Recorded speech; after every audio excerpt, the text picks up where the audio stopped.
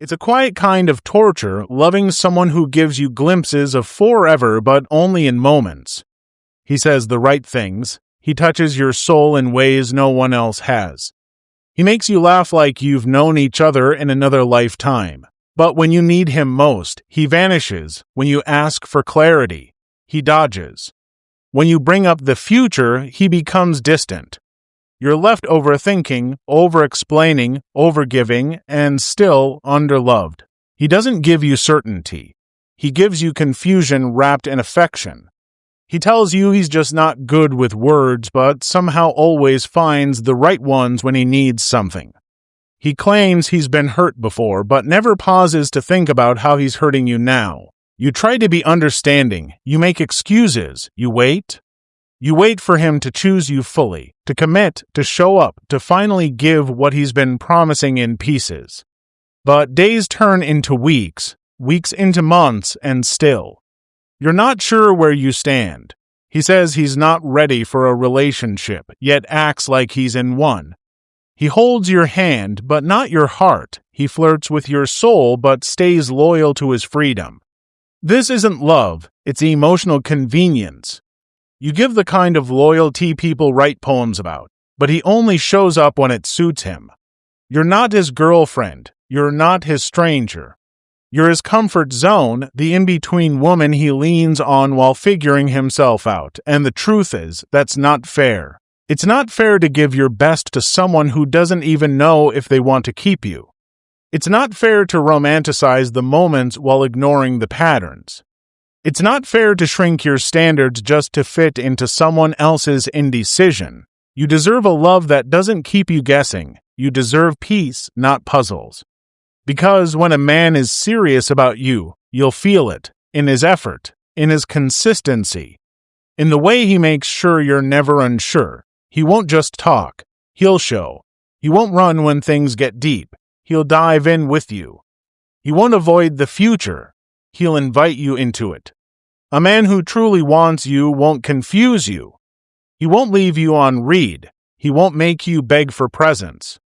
He won't blame timing or trauma to justify his neglect.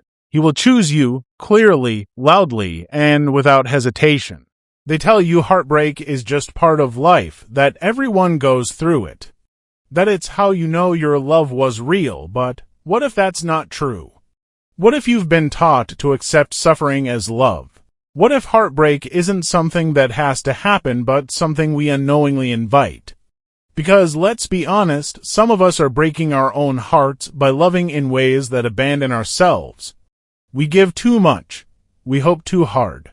We ignore the signs. And we hold on to people who were never meant to stay. But there's a shift to simple but powerful truth that once you understand it, once you live by it, you will never fear heartbreak again because your heart will no longer be fragile. It will be whole, even when love walks in or walks away. This isn't about becoming cold or guarded. It's about becoming uncheckable, so if you're ready, I'll show you how. The biggest lie we believe is that love breaks us. But love doesn't destroy you, attachment does. Illusions do. What truly breaks your heart isn't the person. It's the fantasy you created around them. You didn't fall for who they were, you fell for what they could have been. You loved a version of them that only existed in your mind. A version who never lied, never pulled away, never grew cold. A version who loved you back the same way. Who stayed so when they didn't live up to that ideal. You didn't just lose the person, you lost the story, the future. The version of your life you had already mentally married yourself to. And that's the heartbreak, the grief of a reality that never became real. Once you understand that, something shifts, you stop blaming yourself. You stop trying to fix what was never yours to repair. And you begin to grieve the truth, not the fantasy. That's how healing starts. If you want to never feel broken again, here's the truth you need to accept. Loving someone doesn't mean losing yourself in them. The most painful relationships aren't the ones where love ended. They're the ones where you lost yourself along the way. You stopped doing the things you loved. You stopped listening to your intuition. You put their needs, their moods, their dreams above your own. And little by little, piece by piece, you faded. This is why the breakup feels like death. Because it doesn't just feel like they left, it feels like you are gone too. But what if you didn't give away so much of yourself next time? What if you stayed rooted, kept your identity, your power, your joy, no matter how much you loved? You can give someone your heart without giving away your soul. You can commit without becoming invisible. That's the shift that saves you. When you stay loyal to yourself, you'll never fear losing anyone again. Here's something we rarely say out loud. We've been taught to believe that pain makes love real, that suffering is noble, that chasing, begging, breaking down is passion. It's not. It's programming. It's the echoes of childhood wounds telling us, if I suffer enough, I'll finally be chosen. If I wait long enough, they'll see my worth. If I love harder, they'll stop hurting me. But love that leaves you in pieces isn't love.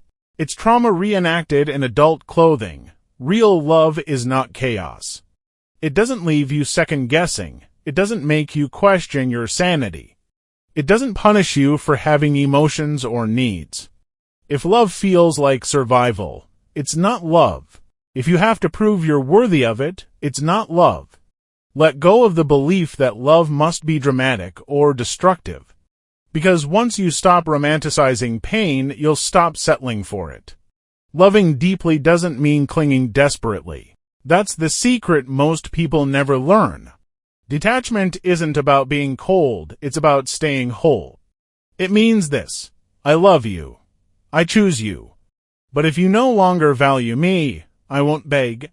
I'll let you go with love but without losing myself, that kind of strength. That's freedom. You stop making decisions from fear. You stop chasing people who confuse you. You stop trying to fix things that were never yours to fix. Detachment allows you to love someone while still honoring your own peace. You can care deeply and still say goodbye. You can show up fully without becoming dependent. When you're attached, love becomes possession. When you're detached, love becomes presence. It's calm, it's real.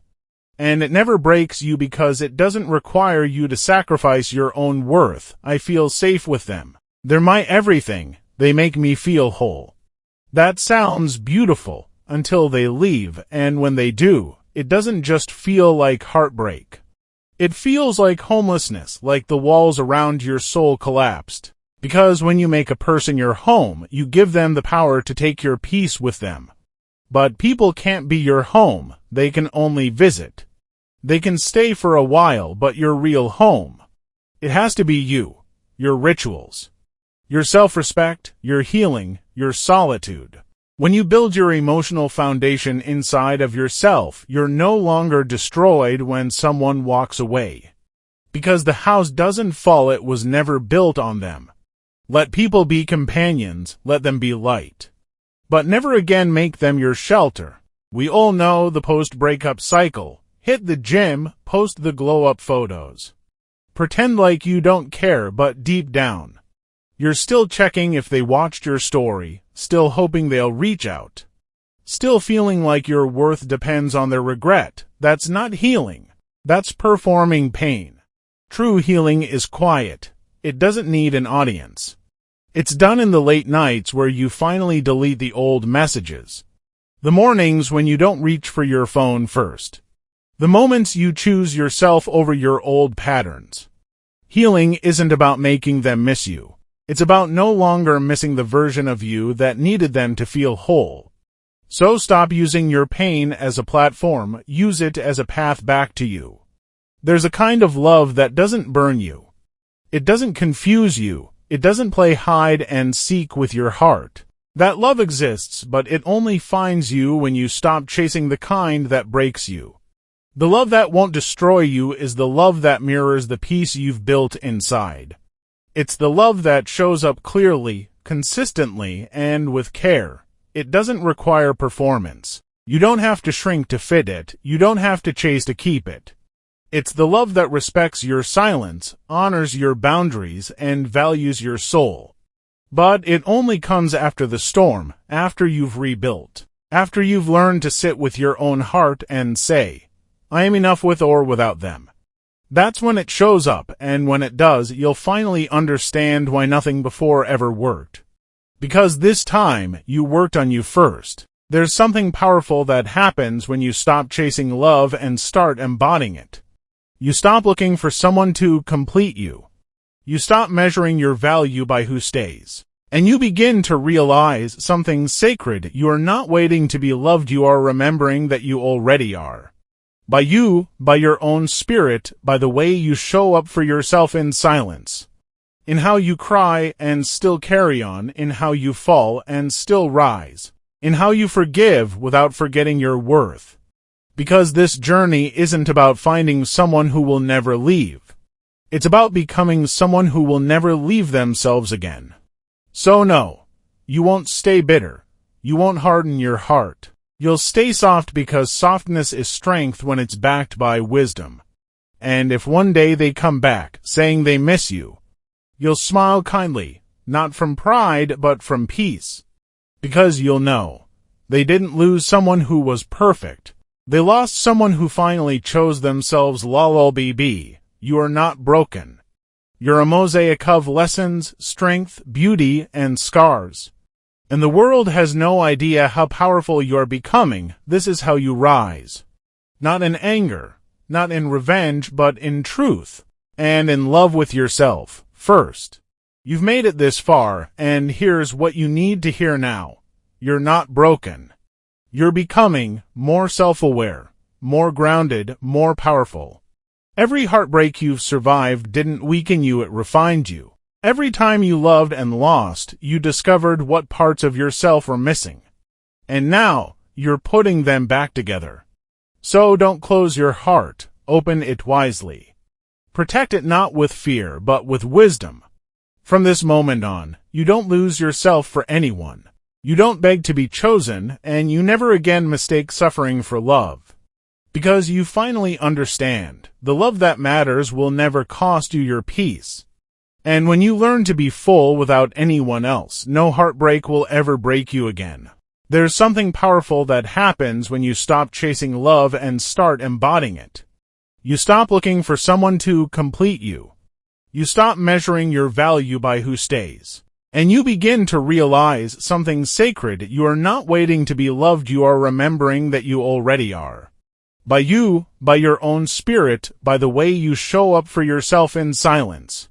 In how you cry and still carry on, in how you fall and still rise. In how you forgive without forgetting your worth. Because this journey isn't about finding someone who will never leave. It's about becoming someone who will never leave themselves again. So no, you won't stay bitter.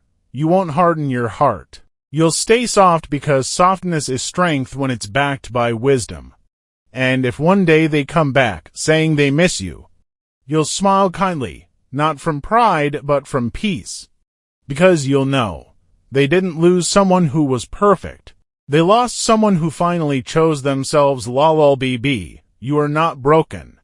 You're a mosaic of lessons, strength, beauty, and scars. And the world has no idea how powerful you're becoming. This is how you rise. Not in anger, not in revenge, but in truth, and in love with yourself, first.